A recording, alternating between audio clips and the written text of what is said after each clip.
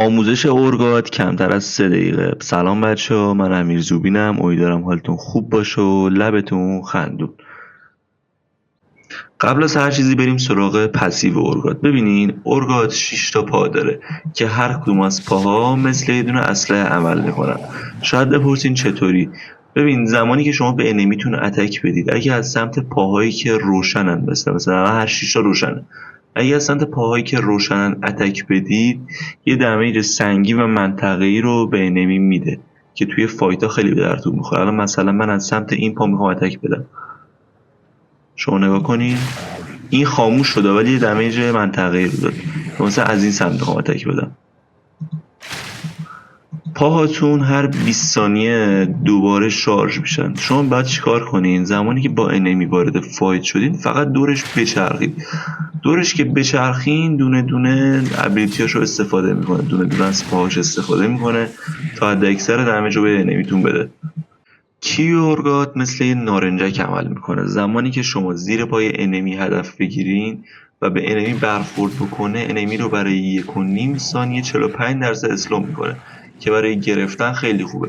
برای دبلیتون هم خیلی تاثیر داره که الان جلوتر میگم خدمتتون. دبلیو اورگات اونو به حالت ماشینی در میاره که شما برای چند ثانیه میتونید به انمیتون به صورت اسنای و پشتش سر هم شلیک بکنید، ولی خب در عوض شما رو اسلو هم میکنه.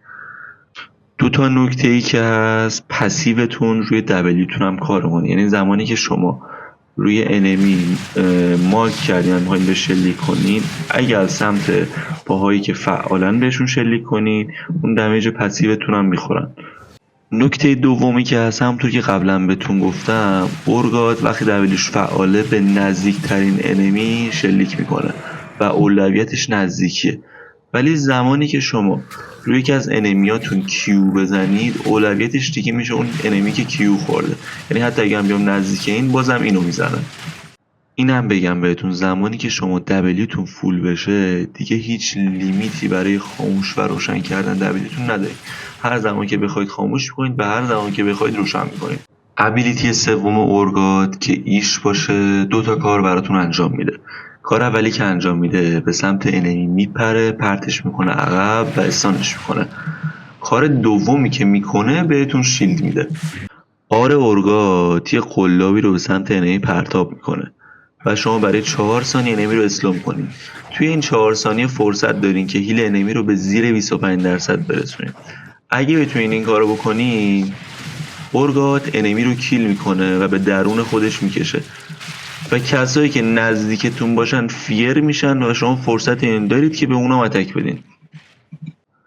این هم ویدیوی آموزشی امروز. امیدوارم که خوشتون اومده باشه و به درتون بخوره.